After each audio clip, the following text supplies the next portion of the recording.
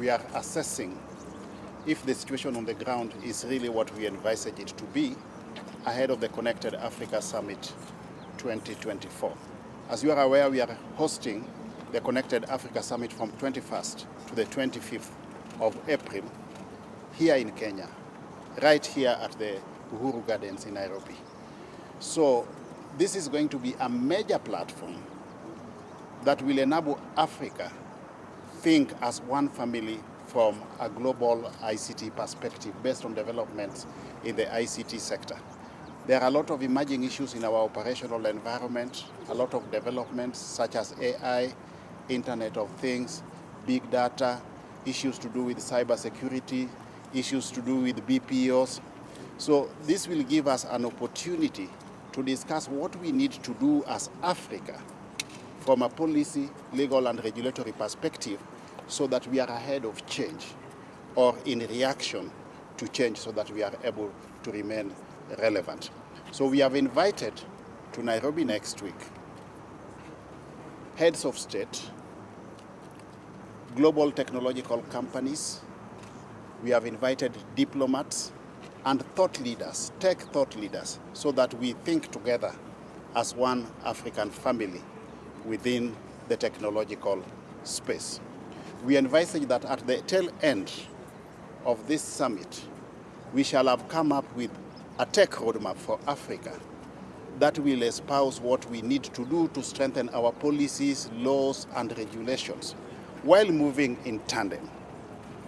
We need to break the geographical barriers that we have within the continent so that as Africans, or African countries for that matter, we can have uniformity in terms of policies, laws, and regulations that are relevant or in tandem with what is happening in our operational environment. We believe that at the tail end of this summit, Kenya as a country shall have benefited immensely. One, by way of espousing our capacity in innovation. We have got a lot of talent that we need to bring to the fore so that people can see what Kenya is capable of by way of technological innovation. That is one. We are going to have direct foreign capital inflow into the country because we have got between 5,000 to 10,000 delegates who will be in Kenya next week. It gives us also the opportunity to showcase the abundance of tourism facilities that we have within the country. In fact, over and above the summit itself, we have made sure that the timetable of the program is flexible enough to the extent that delegates will also have the opportunity to view some of the tourism facilities that we have within the country. It will also be a platform for us to share ideas in terms from research, those from the academia, technological innovations. So it will be a platform for us to benchmark as Africa with the best elsewhere and see what we can adapt while customizing to meet our own unique, peculiar situation. We have assessed where we are going to have the tents mounted. We have assessed where we are going to have the exhibition facilities. We have assessed where we are going to have the plenary discussions. And we are here with all our partners or sponsors for this event. Just to mention but a few, we have got Team Europe here, we have got Google, we have got Amazon, we have got Oracle, we have got Safaricom. So all our partners in this event are available here. So we are doing this not just for us as government, we are doing this for the industry because we want the industry to develop and benchmark with the best in the world. So we are basically facilitators. As a ministry or as government, we are facilitators to ensure that we come up with an enabling policy, legal and regulatory framework for the private sector to thrive. That is why we are thinking together and working together with the private sector while moving in this direction. Kenya is leading from the front. We have in the recent past introduced major technological interventions in the technological space. For example, we are aware that Safaricom, through the M-Pesa innovation, is a best case example globally. That is one. So they would be willing to learn how best they can emulate what Safaricom has done. That is one. Two, when it comes to digital public infrastructure, we have embarked on an ambitious program of rolling out 100,000 kilometers of fiber optic cable. That is a major introduction or intervention in the marketplace. We are establishing and operationalizing 25,000 Wi-Fi hotspots. We are setting up 1,450 village digital laboratories for purposes of digital skilling and digital jobs for the youth.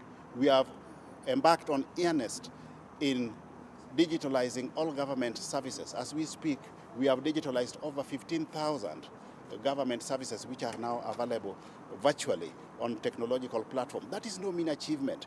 We have embarked on, for purposes of facilitating inclusivity and universal access, we have embarked on local assembly of chip smart enabled telephones. Yeah? Many countries will be willing to learn from us what we have done so far in that space, because one of the greatest challenges we face with respect to digitalization is that a substantial proportion of the African population still do not have access to cheap or affordable smart-enabled telephones. So they'll be willing and ready to learn from Kenya. Another major frontier where we are leading from front is the area of e-learning. We have come up with our first open university. Since October last year up to date, we have got a whopping 1,500 students already registered on that open university platform, which is domiciled at Konza. Within Konza itself, we have got a big data center facility, yeah, where both the private sector and the public sector are already storing their data.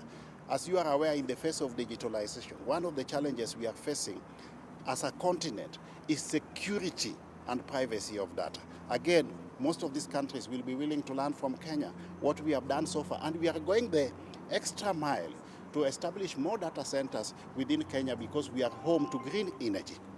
Kenya is becoming a very viable investment destination for data centers because of our access to renewable energy. They'll be willing to learn from us and explore what opportunities they have within that space. There'll be a lot of discussions around AI as to whether or not. First of all, fundamentally, we need to ask ourselves the question whether do we need to regulate AI or we let AI regulate itself. That is something that we need to think about. But this summit gives us the opportunity to discuss this agenda exhaustively and enable us to come up with uniformity across the African borders of how we are going to approach not just AI but other new interventions within the technological space. We want to digitalize everything as Africa. We want to leverage on technological platforms so that we become one digital economy as an African continent. If we move in uniformity, the net effect is that we will be able to enjoy economies of scale that will give us a bargaining chip in the global technological space. We want to think as Africa, act as Africa, speak as Africa, and bargain as Africa within the global technological space. We invite everybody to join us for the Connected Africa Summit 2024, right here at the Uhuru Gardens, Nairobi.